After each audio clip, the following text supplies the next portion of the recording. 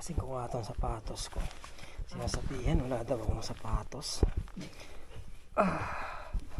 Wala daw akong sapatos. Isa, dalawa, tatlo. Hindi pala. Isa, dalawa, tatlo, Gusto ko nang apat. magpalit ng sapatos. Sa luma ng mga sapatos ko. Tignan mo. Gusto ko nang magpalit ng mga sapatos ko. Ano ka ba na presidente? Bakit ganun? Lagi namamatay yung ano ko. So, lalabas uli kami mga dreno kasi nga, hindi pala kasi nga, birthday kagahapon ni Quincy. Ngayon lang magsi-celebrate kaya pupunta kami sa buffet at doon kami maghahanda. Yun ang pinaka mga dreno, pinaka anong tawag na ito? Economical, tsaka ano pang tawag doon? Yung walang hassle Walang mga hassle. dreno. Oo, hindi ka na magluluto o kung ano pa man. Just the family. Oh. Family affair mga dreno. Happy birthday. Happy birthday. Happy birthday to You said hello. You said. No, I meant to. Happy birthday, Quincy. happy birthday. Happy birthday Quincy. Happy birthday. What do you call this, Joy? Tempura. Yeah, tempura.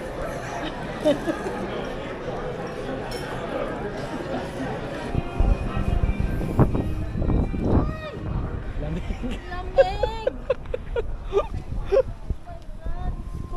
Saan ba tayo nag-park? Diyan. Yun yung pala Where's the fortune cookie? Fortune cookie. Sasakyan na. Oh my God, it's cold. Wala pang natutupad sa fortune cookie ko Mukhang yung kay Pesto lang yung matutupad mga Dre. Yung ano sa atin ni Pesto Ano sabi rito?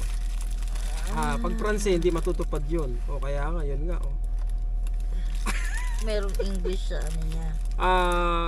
Others are drawn to your magnetic personality. Totoo ba mga Dre?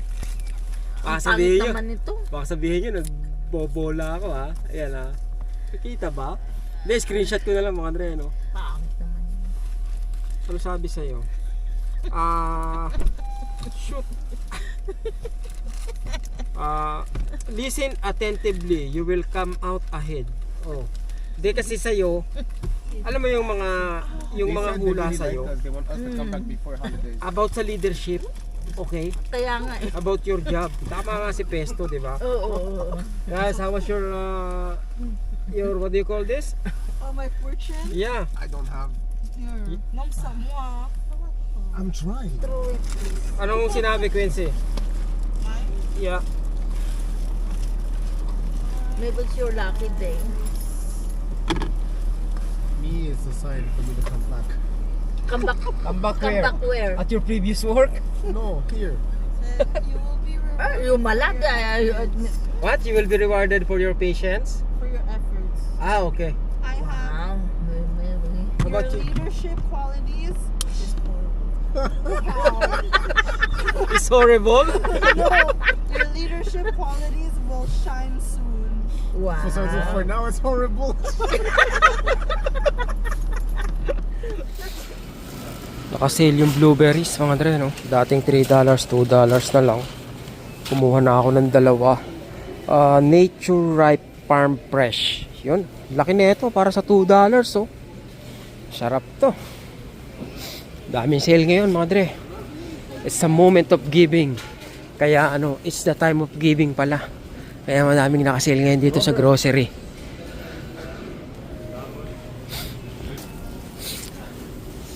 Etong bigas na to mga Dre, no? Ilang kilo to? 8 kilos yata to. 8 kilos nga mga Dre, no?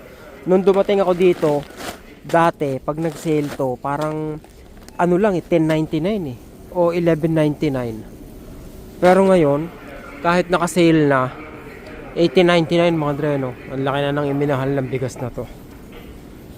Ang laki na ng itinaas ng mga bilihin. Yung mantika nga sa Costco, Mantika sa Costco mga Dre, malaki naman yun. Dati $20 lang yun. Pero ngayon, ano na, nasa $40 na mahigit, na doble yung presyo. Binigay siya na ano eh. $25 isa? Magkano isa? $5. Oo, bigyan mo na siya ng ano. 3. Ito mahirap pag nakasil. Iba yung ano Pag niya. nakasil yung plastic niya, mamarupok. Kaya mahirap bitbit eh.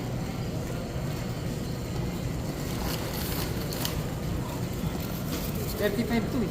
Oo. Bigyan mo na siya ng 3, oo. Para ano.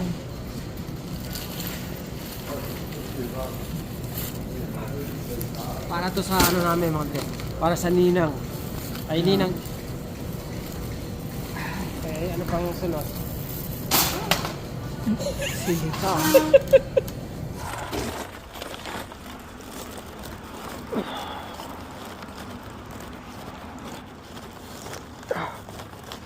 Bigat to eh. Isa pa ninang. Ha, si ninang ko mga Dre. May anak siya rito pero nasa ano eh, nasa Toronto eh. Kaya siya lang mag-isa sa bahay. Kaya kaka-retire lang niya sa trabaho. 70 ano na siya nag-retire. 71 na yata siya nag-retire mga Dre, no?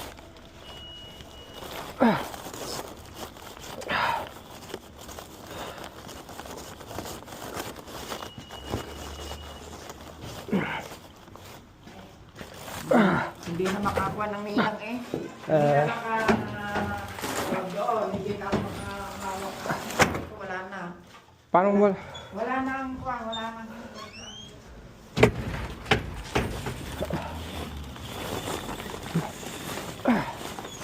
Wala nang puwersa, wala nang lakas. Wala, hindi na. Kailangan mo nang matulungan ulit. Kailangan mo matulungan na ulit ang anong braso. Kasi hindi. Hindi ako ulam ko, padala-dalawa na lang. Hindi na ako ulam na lang. Eh, ako ka lang dito. Kunin ko muna yung isa ninang, babalikan ko. Pasensya ka na anak ko, talagang wala. Walang problema, nako po. Alam mo, sabi nga ng asawa mo, busy ka raw sa trabaho, mayaman ka na raw eh.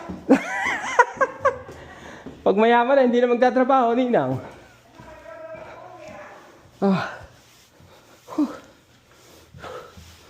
Kaya marami-rami na hindi nili namin mga Dre, no? Para hindi na siya ano. Si Puchuchay. Ha? Asa si Puchuchay? Nakakakulong. Nakakulong. Eh, kasi hindi ka makakakuha, hindi ka makakapagpasok niya nang hindi ka kikirihin. Uuwi ka daw anak ka. Oo, ninang. Talaga, ito yung sabihin mo ng pera. Uwi ako next year. Ay, kaya tawag doon mature. Ano? Ano ba ninang? Paano bang gagawin mo? Baka makatulong sa'yo. Iwasan mo yung kanin tsaka tinapay. Ay, anong kakainin ko naman, anak ko? Magulay ka't karne. Gulay ko at karne. Oo. Ito po, tingnan mo. Sige yan. Oo. Hindi na ko, kaya nga, ang sabi nga, nasa mo, ninang si Romel A. busy eh. Eh, sabi ko, siya, sige, diyan ako bumibili sa tipadong ng dalawa na malaki, yung dalawang Oo. mahaba. O yun. Mga ilang araw mo rin gagamitin yan. Ay, baka ito ikwan. Isang buwan, ito mga dalawang buwan. Oo, 35 pieces yan. Magsabi lang kayo kay Jocelyn. Kaya kuwan, kayo uuwi, ako wala akong pano ngayon. Ganun talaga. Kumusta naman yung pension mo? Sapat ba? Kulang pa nga. Ganun sadya talaga. Paano gagawin? Kaya gusto ko nang umuwi. Sa Pinas ka na lang, ganun. Hindi naman, gusto ko lang bakasyon. Hindi matanda na sila. Ba't di ka magbakasyon? Ay, paano ka magkabakasyon? Kulang na nga. Kulang na akin. Mabayad na ba? Hindi pa nakakaano si... Ibigyan naman ako bomba. Pero kapos pa rin. Tapos pa rin eh. Magkano ang bahay ko? 800. Eh, Magkano ang pension ko? magkano lang? Ang nakukuha ko lang sa pension ko ay nasa 500 lang. Hindi makulang pa ng 300. 500 lang? Ganun? Yung aking Quebec. Sa federal? Ay, siyempre, ang federal ko hindi ko na kinukuha gawa ng aking mga bills. So, yung bills ko, yung aking insurance, di ba pwede ba yan insurance, life insurance ko. Di Quebec lang inaasahan nyo. Bibigla. Pambira.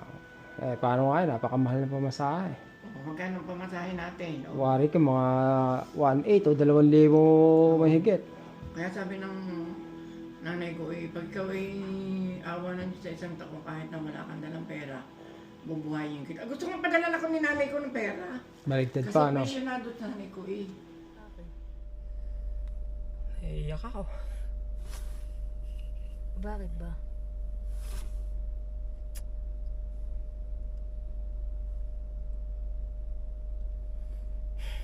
Anong sabi niya?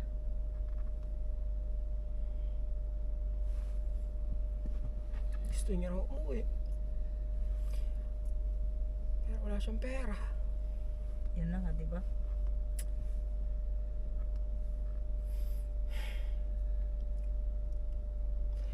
Pinapauwi daw siya ng nanay niya. Oh boy pa yung nanay niya eh. Napakahirap dito mga Dre. Di ba pag tumanda ka rito mag-isa, sabi niya yung nakukuha niya sa Quebec, 500 lang.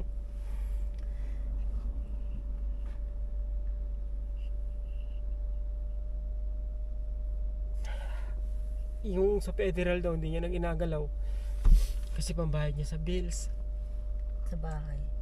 Yung nga nakukuha niya sa Quebec, 500 lang. Yung bayad niya, 800.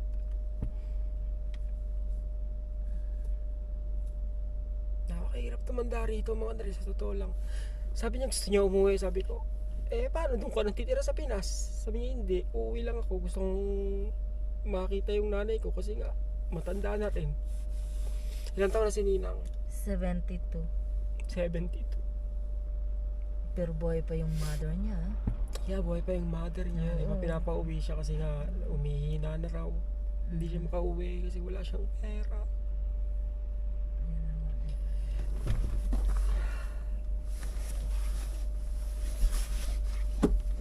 Nasaan na yung gawa mo?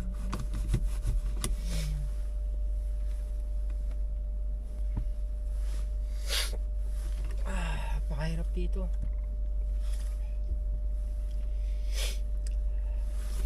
Napakahirap tumanda rito mag-isa mga Dre, no? Hindi biro. Kaya yung ibang anak na nasa Pilipinas na kung pressure rin yung mga magulang nila na magpadala sa kanila, di ba? Hindi nyo lang alam kung ano pinagdadaanan ng kamag-anak nyo rito, o ng magulang nyo rito, o ng mga asawa nyo rito, di ba?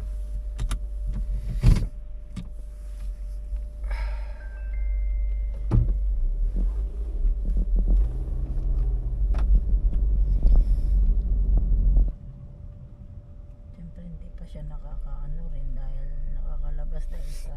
Hindi niya nga maigalaw yung isang kamay niya na. Yung anak niya, sabi ko nga, kinukuha, gusto daw siyang kunin ni Toronto. Ayaw niya naman. Wala daw siyang gagawin doon. Sabi ko, bakit dito ka ako? Ano bang ginagawa mo rito? Nahihirapan ka rin dito.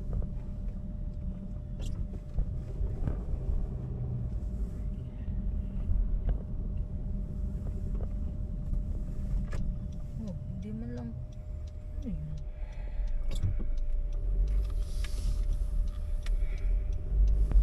Kala ko ang plano niya, uwi siya ng Pilipinas.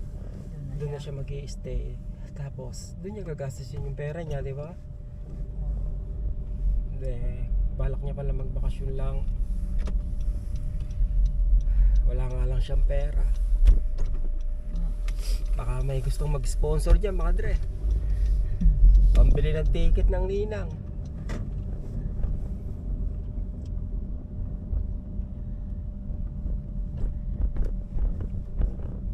Bigla na lang siyang umiyak, alam mo yun. Oo, kasi nung ano pa, nung isang ano pa siya nagsasabi sa akin. Ay, Panginoon.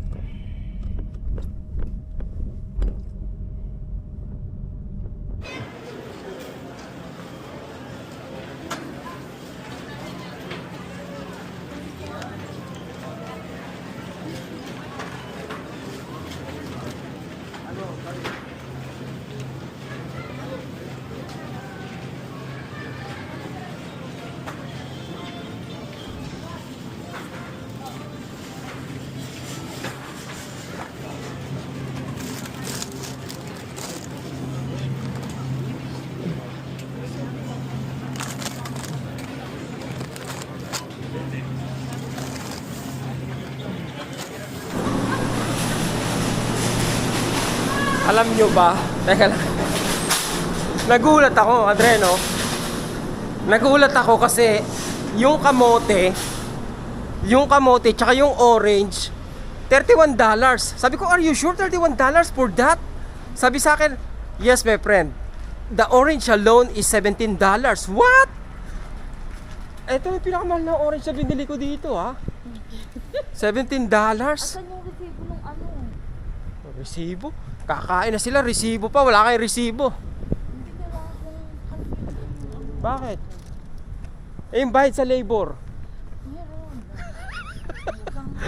Labor ng pagluluto. Ang mahal ng bilihin na mga Dreno. Grabe. Grabe, nagulat ako doon sa orange, 17. Malas, teko. Eto, pakita ko sa inyo yung 17 orange mga Dre, ah. Eto. Yan, 17 yan. Tapos, magkano yung ano? 14 yung kamote. Oh, kasi yung kamote. Alis ka na dyan. Ano pa gagawin mo dyan? Ayan, gugulong lang. O, ayos mo.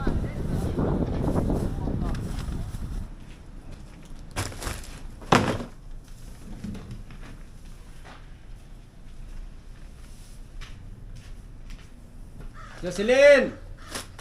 Jocelyn!